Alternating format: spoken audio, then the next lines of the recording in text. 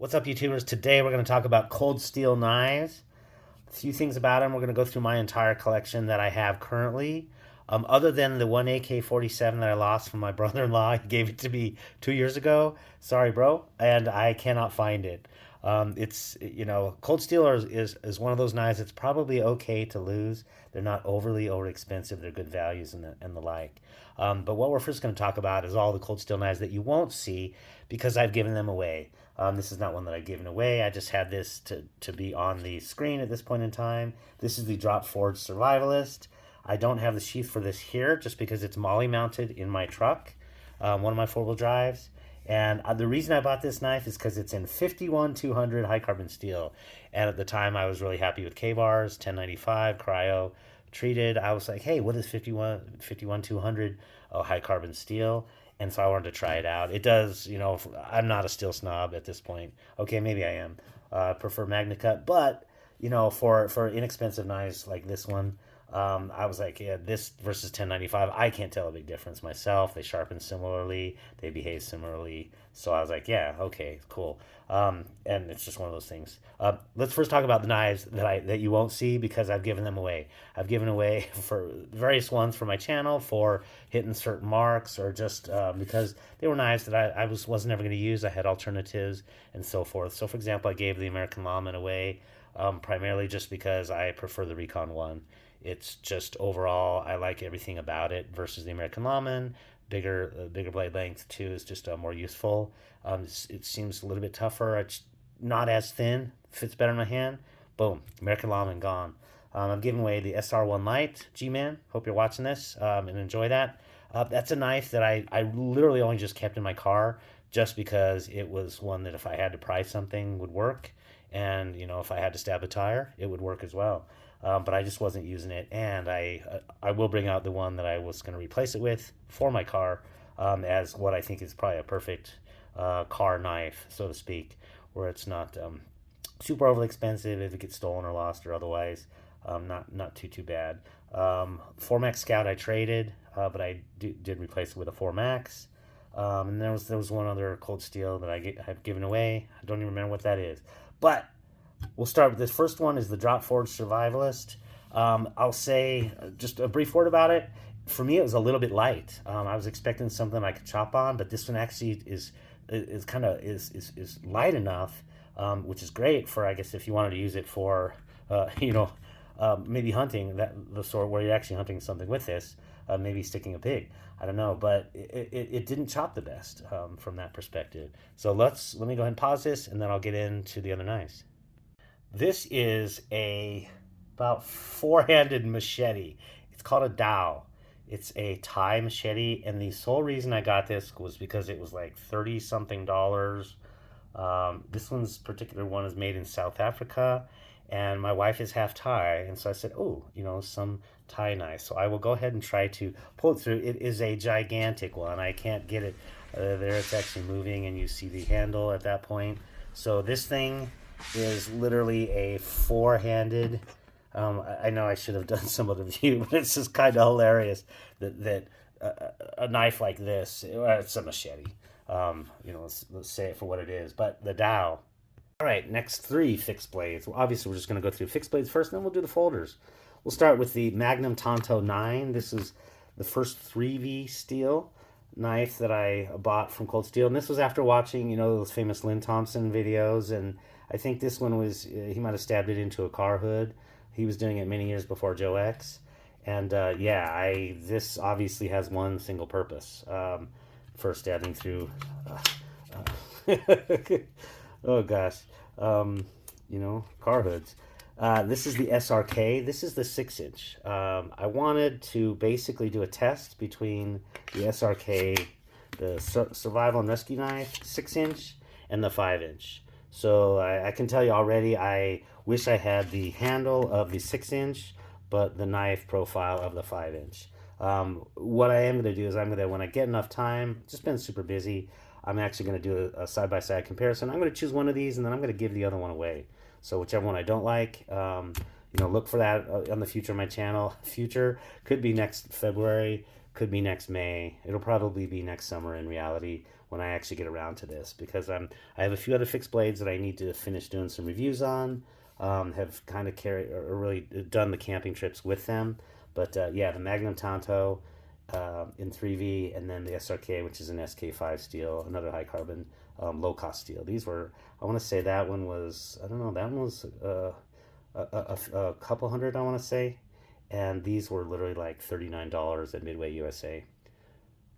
Oh, by the way, the inspiration for this video is Ultimate EDC did a collection of his cold steels. So I'm going to link that below, by the way. The video and, of course, the channel will be embedded in there. But it's Ultimate EDC. Rick over there, definitely want to check out his channel and check out his cold steel collection. So, all right, let's jump into these. We're starting with kind of the little guys as cold steels go. This is the Pro Lite. This was literally like a $21, I want to say, knife. You know, it's just got Grivex, or basically cheap injection molded plastic, 40116 steel. And I was like, you know what, this was early on, and I was just not spending a lot of money. And I said, oh, you know what, I'll try it out. It's actually not a bad knife. The next one, which I guess is kind of, you know, similar, this is the Air Lite, so versus the Pro Lite. This one definitely has G10 versus the injection molded. This particular one's a Tanto. Oh, that was one of the other knives I gave away, was the drop point one to Boy. And yeah, so I hope he's enjoying that. Cold steel knives are just great to give away to people because you have confidence in their, you know, their stability. They're easy enough to sharpen if people have to get into sharpening them, but yet they hold a decent edge. Heat traits are good. You know, the folks in Taiwan do a pretty good job. So this is the Air Lite, an excellent Tanto. That particular one, and that's on G10. And then another one that does have, this is the Finwolf, which is based on a fixed blade that they have. I don't know, it might be called the same one. But it's basically kind of a bushcrafting knife with a Scandi grind. You don't see a lot of Scandi grinds. And at the time, I was starting to fall in the DBK boys several years ago. And I was like, oh, you know what's a cheap knife that I can get into and get a Scandi grind? Not cheap, but inexpensive. And this Finwolf was relatively good and relatively comfortable. Obviously, for this to be a true bushcraft, it's going to need to be much thicker in the handle. Now, you know, that's one of the weaknesses of this, is you're not going to want to sit there and process wood without gloves on with this one. So the Finwolf, Air Lite, and the Pro Lite are the first three kind of entering into the small fray. As we start to step up in size, we come to the Recon 1. This is what I consider probably one of the greatest value knives of all time in terms of capability. This is one folder I would feel confident if I had to. You know, basically, you know, splitting some small logs and just doing batoning on. It's got the triad lock, and it's just the size of it, the comfort, the carry, the weight, the capability. This particular one is an S35 VN. Yeah, the Recon 1, it's tough to top. Counter-Strike, this was one of the 4 knives that I got when GSM bought Cold Steel, that I was like, uh-oh, what knives are they not going to produce? You know, I think everybody watched the Jimmy Slash videos, and I was like, you know, he basically had like 20, like these 20 they may not make under GSM. Well, the Counter-Strike was one of those where I was concerned that would happen, and I found a good price on this particular one. OS 10A steel, it's, you know, it's one that I haven't carried, haven't done a review at all on, but it's pretty badass. It's got this bayonet style grind up here. And then I do kind of like that it has the nice belly there with for just base use, and obviously up here this is not sharpened if you need to do something like that, but it does have also the serrations. Cold steel serrations are pretty good. In my eyes, they're not quite as good as Spyderco's, but they're pretty good. I'll just say that they're very good, especially on like the claw. Oh gosh, the tiger claw. I forgot that one. Okay, well, we'll have to pull that out. And then the GoldenEye. The GoldenEye was the first S35 VN, and I think it was the first one that I bought that had a hollow grind. I got in on Cold Steel a little bit later than most people, and just because I really didn't go beyond Spyderco and Kershaw for literally like 10 years. And I was like, oh, you know, I started to find out a little bit more.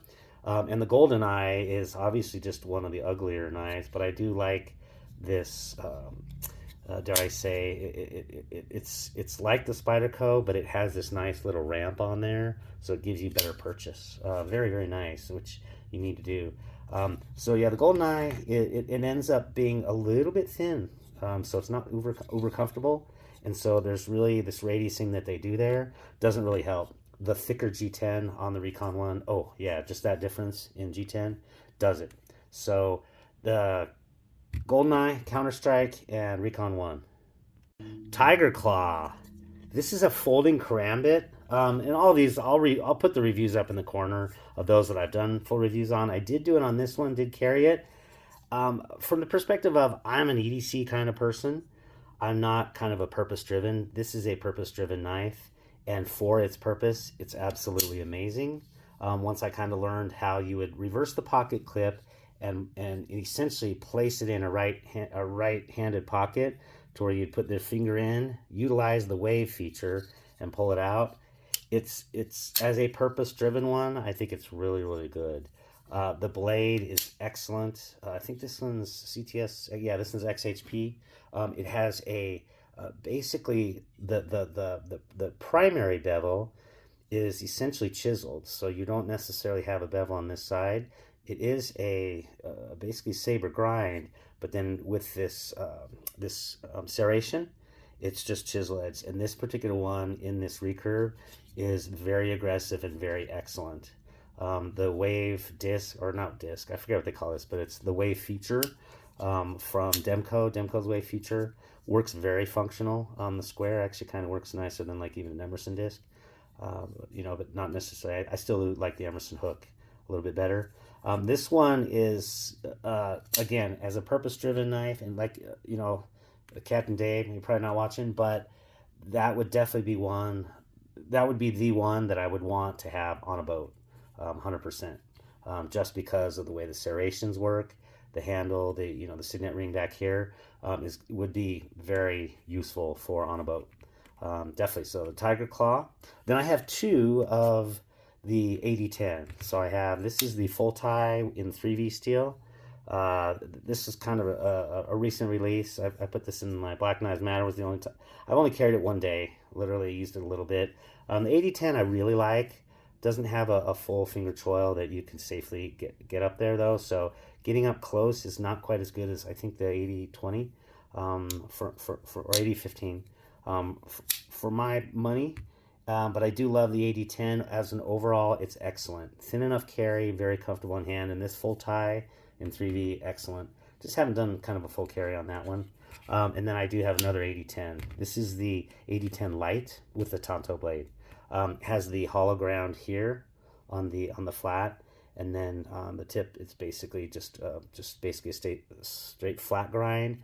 Excellent. These are done by Nathan's Knives. These are customized natural micarta scales, and excellent. It's super light. These are such contrasting knives between the full tie and this one. Everything about this one is literally light, Lite and Light, because the micarta, the aluminum, this one full tie, just everything about it. Of course, I'm gonna like this one because I'm one of those 95 percenters. For me, carry is 90% of the use of a knife, and then the 5-10% is when I need to get out and use it. The Tanto for this is just perfect. So yeah, the 8010 would be one of my top cold steels, but it's not my top. I do know that much. We'll go on to the next ones. Cold Steel 8015s. This is, I won't say Demco's best. I do think the Scorpion lock on the new 8020s, for everyday carry, I like it. This one is not based on, but this one definitely is very similar to the Glenn Klecker design, which was, this one's called the Scorpion lock on this particular one. And I like this overall knife profile a little bit better than the 8020s for myself. Just, again, carry in hand and everything. A little bit, for me, it's a little bit more fun on the deployment and that sort of thing. But the one I guess moan that I have about the 8015 is just that you have this full exposed tang here, and it's very smooth. One single drop of this on concrete, and all of a sudden your beautiful smooth deployment where you have essentially the stop pin there going into the notch lock there. Um, it's going to become rough, and it's just not going to be as gorgeous. So you're gonna lose the very smooth and silky feel of it. Both of these have been I've replaced the scales with original goat scales. So these I had with the basically the OD green Cerakote on top of aluminum. So they do have the full liners here still in them. But I wanted to stick with the original coloring of the S35 8015, and I couldn't love them more. It's actually so much less aggressive on tearing apart pants with the pocket clip. I think it was pretty close to similar weight, so it's weighted really nice. Love this one. So yeah, the S35 one there for me with the OG scales is fantastic. I think that might be my first fantastic. The 8015 Lite in this particular case, this one is definitely lighter. Full aluminum scales. So you basically 86 the liners. In this particular one, I did do a customization where I took the backlock spring here and I sanded those down. So you'll notice that that's normally black. And I sanded the flats on there, so you kind of get that cool aluminum comes through. Looks really nice. I will say with the skiff bearings and the full aluminum though, the action of this one definitely is better than that one. So yeah, the Lite, you know, I definitely like the action and play. I kind of like carrying this one more, but I like overall use of that one. Just it's weighted a little bit better. This one's a little bit lighter, a little bit more nimble. So yeah, the 8015, definitely one of Demco's great designs. But I can tell you, this is probably also not my favorite cold steel knife. All right, it's time to step up to the big boys. This is the large Luzon. It's like a, I don't know, 8-inch blade. I've carried it once. I haven't carried it more than that. I haven't done yet a full review. This is definitely one of the knives that I bought as part of the panic of the GSM buy of cold steel. I was like, you know what? They're going to ditch the large Luzon. So I did go ahead and buy the large Luzon. It's a liner lock, and it's kind of hilarious. It has these gigantic things that act like essentially this particular one acts like a wave feature, and it will pull out of your pocket. I'm a little bit of afraid to do it, so that's why I haven't even carried this and done the review. But just gigantic knife, the large Luzon. I don't know what else to say about it. I will say I like that it has this nice little locking feature for the liner. So if you were going to have to do something a little bit more serious, that lock would be nice. The Lite. This is again a purpose-driven one. You can allegedly drag that against your pants and it will pull it out like I don't know, I guess like a pants wave. But it's basically a thumb stud. This is like an Italian stiletto. I think it's Italian stiletto inspired based on you know, the look of it and also these features right here, these fins, I guess. This is a signature series from Lynn Thompson. This is literally designed, you can get 2 full hands on this. It is literally designed to give you extra length so that if you need to keep an opponent away. This is one of those Lynn Thompson things where he's like, yeah, I hope I never have to ever use these things, but I prefer to have the extra distance if I need it. So the Lite, it's not one that I would ever realistically ever carry.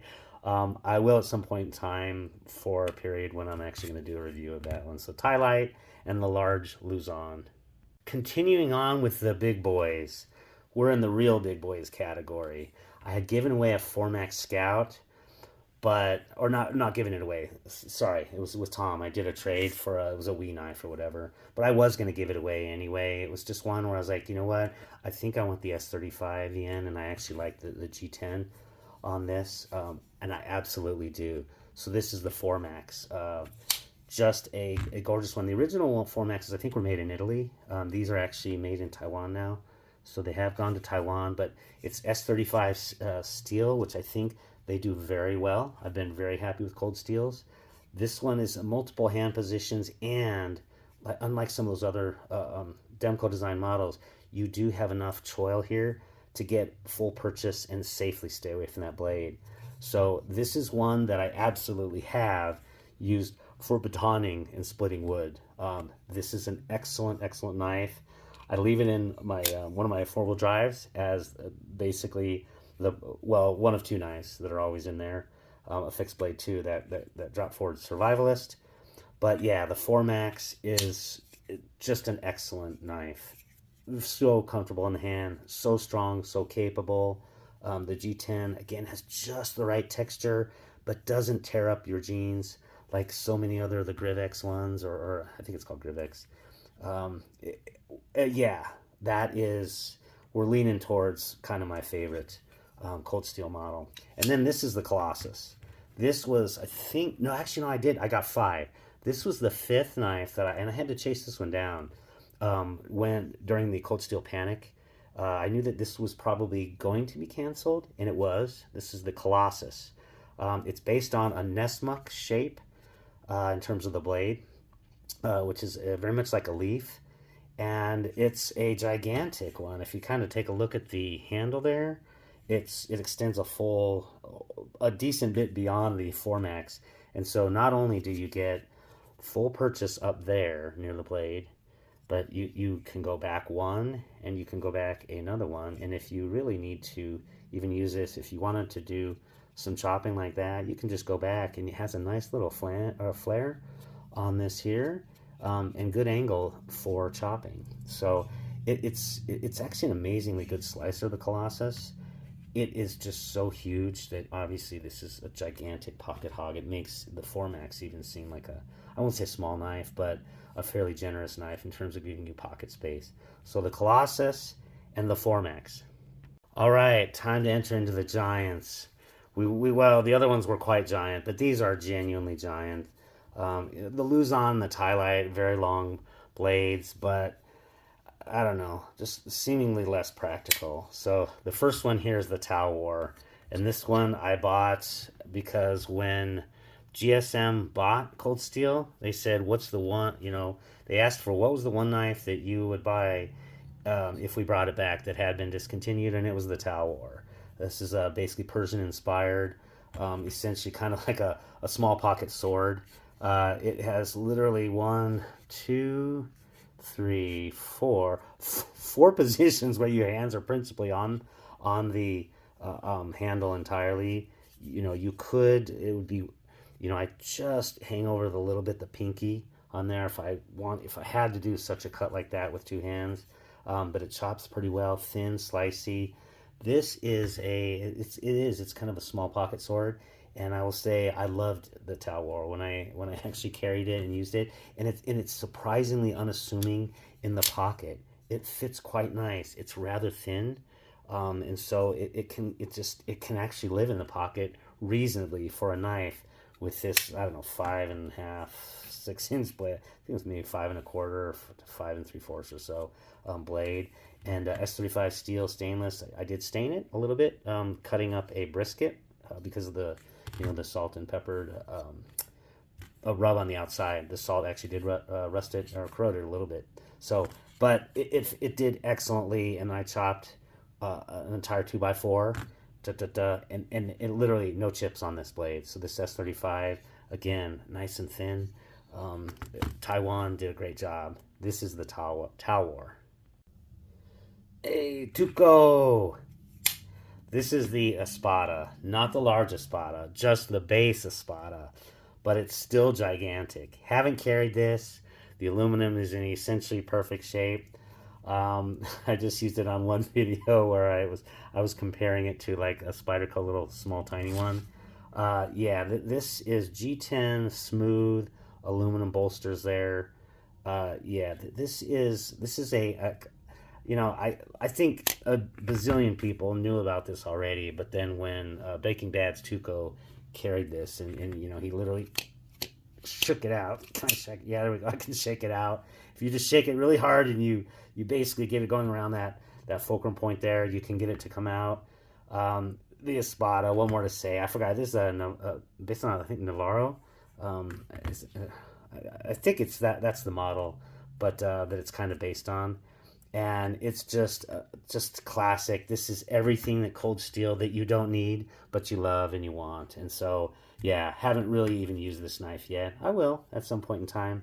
I'm just slow to get to knives. I tend to carry one for 1 to 3 months before I do a review on it. But yeah, that's the Espada. Okay, we've come to the final moment where I say I hope that this was interesting, if not useful, and I appreciate the like and subscribe.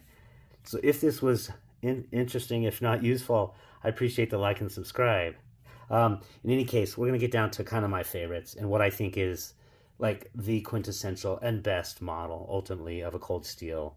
So, Andrew Demko, if he didn't design the Recon one, I don't know. He may have had a part in it, but he had a part in essentially a great portion of them. Obviously, the inventor of the Triad lock, the Scorpion lock.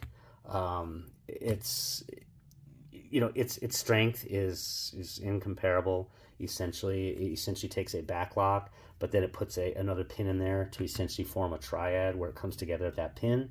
And so, yeah, with these versus a regular back lock, you can, if you need to, you can baton wood. Not suggested for a folder, but it gives you that difference, especially when you have a nice big thick stop pin where that triad lock comes together. So there's your back lock component, and if you take a look at that, it all comes together. So these are the three knives that, for me, I couldn't do without. If I had to get rid of all my cold steels, these three, couldn't get rid of them. Just couldn't. The others are kind of cool, some novelties, great features and stuff on them. But as cold steel goes, it really, for me, it kind of starts with the AD10. This is perfect in hand, excellent sized. The only reason why I really I'm a little bit don't like it, if there was just a bigger choil there, and I could even maybe grind my own out. I just wish that there was, I don't know, I just want to reach up there sometimes and go in there and I'm like, oh no, a little bit close.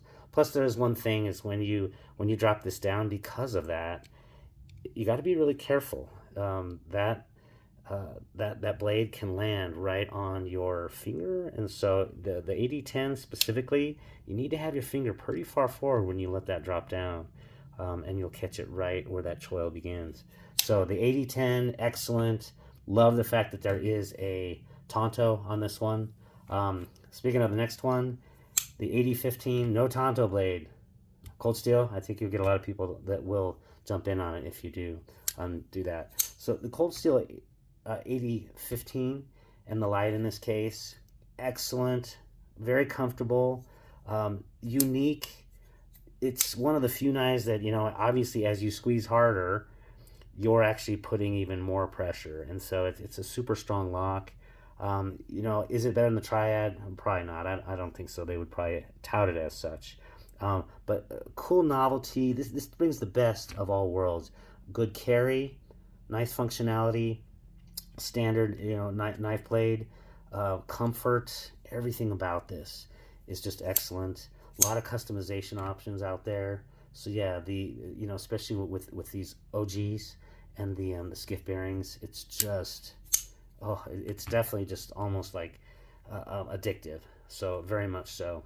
And then the last one is really just kind of a basic of everything that it does with complete excellence. It doesn't, not the greatest pocket clip ever, just because the bill could go a little bit higher. But the G10 on the Recon is not overly grippy so that it will tear up your pants. Does well. Thin enough for a good carry. Does really well. The contouring here, or not contouring, but I guess kind of contouring or chamfering, not chamfering, radiusing. The radiusing here, it's kind of rounded, very, very comfortable, and you have this nice big flat here that you can basically lean up on. So for me, in the end, it comes down to really just that, is simplicity, value, functionality, capability, carry, cost. All of these it makes, to me, the Recon 1 and it always has been. I just knew I would always have a Recon 1. The number one cold steel knife. And it's kind of like one of those, if you were starting out a collection and you're like, what would be the one cold steel knife that I would, you'd say, yeah, this is a must have. And it's kind of like, Spyderco, either PM2 or PM3, kind of would be in there, probably PM2. But I think a cold steel Recon 1, it comes also with a Tanto bladed one. And then it also has one with a buoy clip point. The good old drop point for me is excellent. Just total functionality of use. So that's why for me, the Recon 1 of every cold steel that I've handled is, I don't say by far and away, but by a comfortable margin. It's just the best cold steel knife that you can ever get. So again, appreciate the like and subscribe. Do take care. Have a good one.